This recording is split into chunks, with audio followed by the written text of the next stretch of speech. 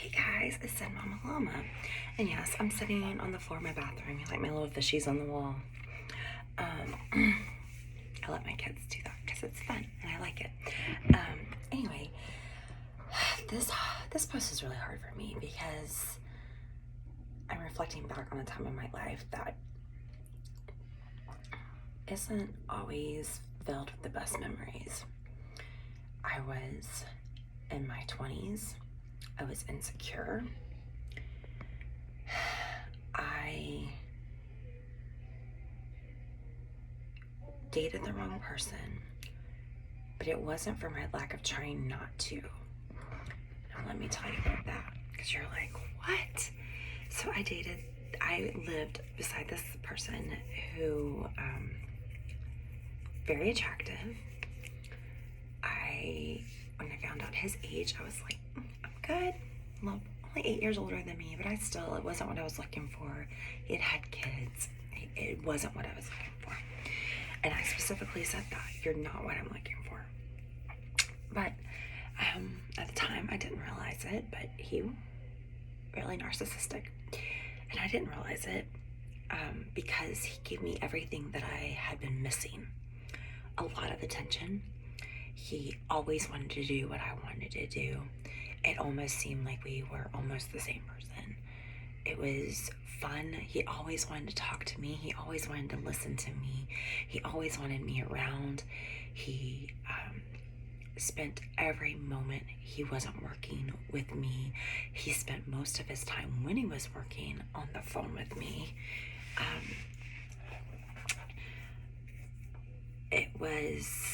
I got caught up in the romance, the allure, he had the house that I wanted. It all seemed to fall into place once I gave in to letting him date me. And all went well for a while until I kind of came out of everything and little things started happening, like questioning me when I went to go out with my friends, accusing me of flirting with his brother. Just little things like that. Okay, babe. No, I didn't, but I'll help you in a minute, okay? It was hard. At one point, I had gone out with my friends, and it was like midnight. Now, granted, I'm in my late 20s at this point, and I had multiple text messages. Why are you not home? And this was the days of the flip phone. So, my phone wasn't glued to me. My phone was usually in my purse, in my car. Like, I didn't keep it on me. So when I got back to my phone, it was like multiple messages. Like, what the hell? I live by myself. Like, I'm a big girl. I don't have to answer to anybody. I'm going out with the girls. Like, if I had slipped at the girls' house, it didn't matter.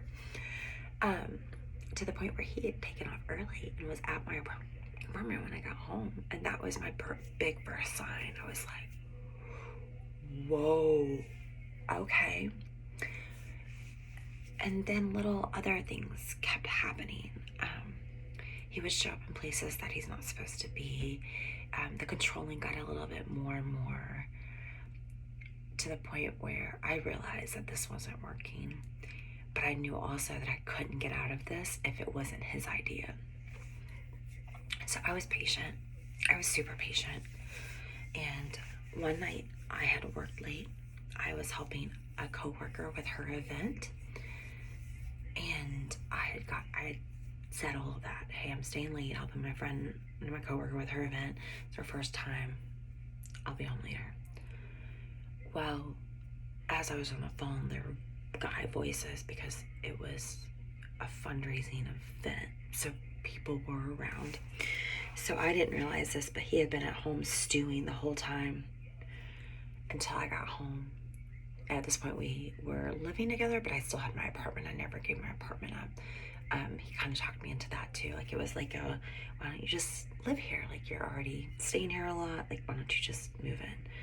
And so I sort of did, but I didn't, because I didn't give up my apartment. And I wasn't giving him my apartment because there was just something that told me not to. And I'm glad I listened to my gut. And that's a good indicator right there, ladies.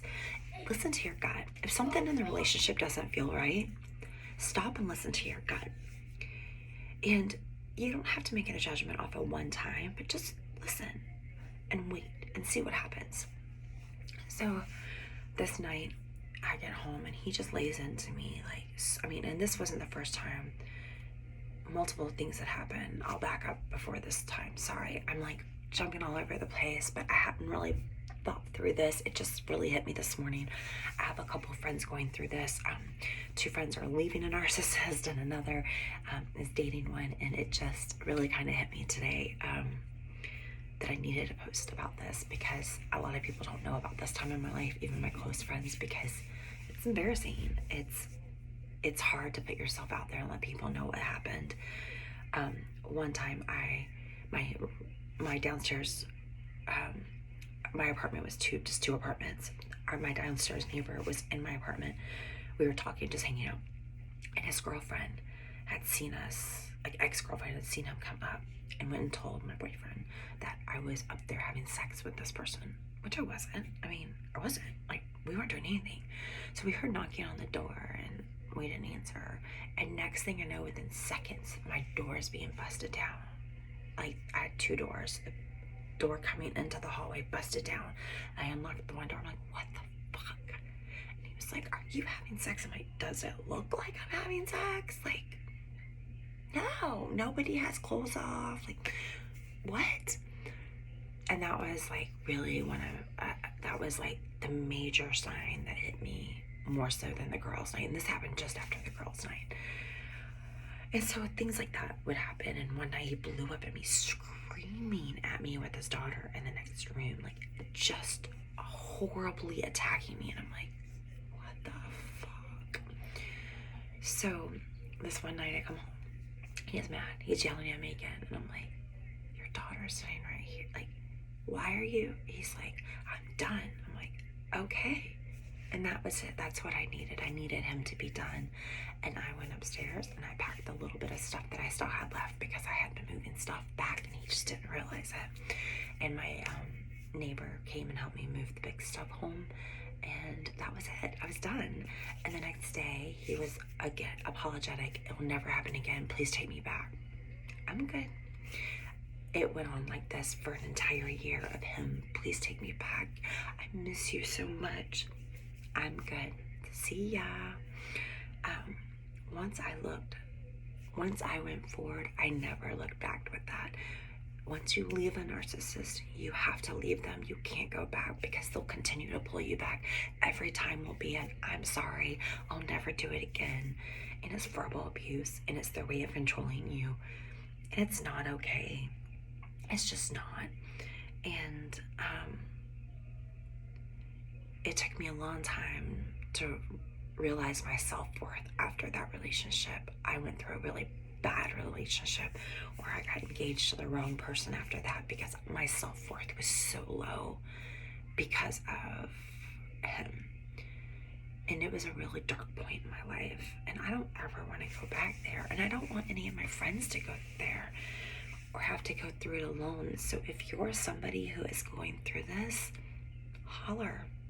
I've been through it. I can be a vent. I can be a lending ear. I can help you point out some ways of you getting out of it. But you can't get out. You don't have to take it. And you need to listen to your intuition because it will never steer you wrong. I wish I had not wasted that time in my life. But at the same time, maybe I can help somebody else get out of that type of relationship. You've got this, women. You've got it. You're amazing. Let me know if I can help. Signing off.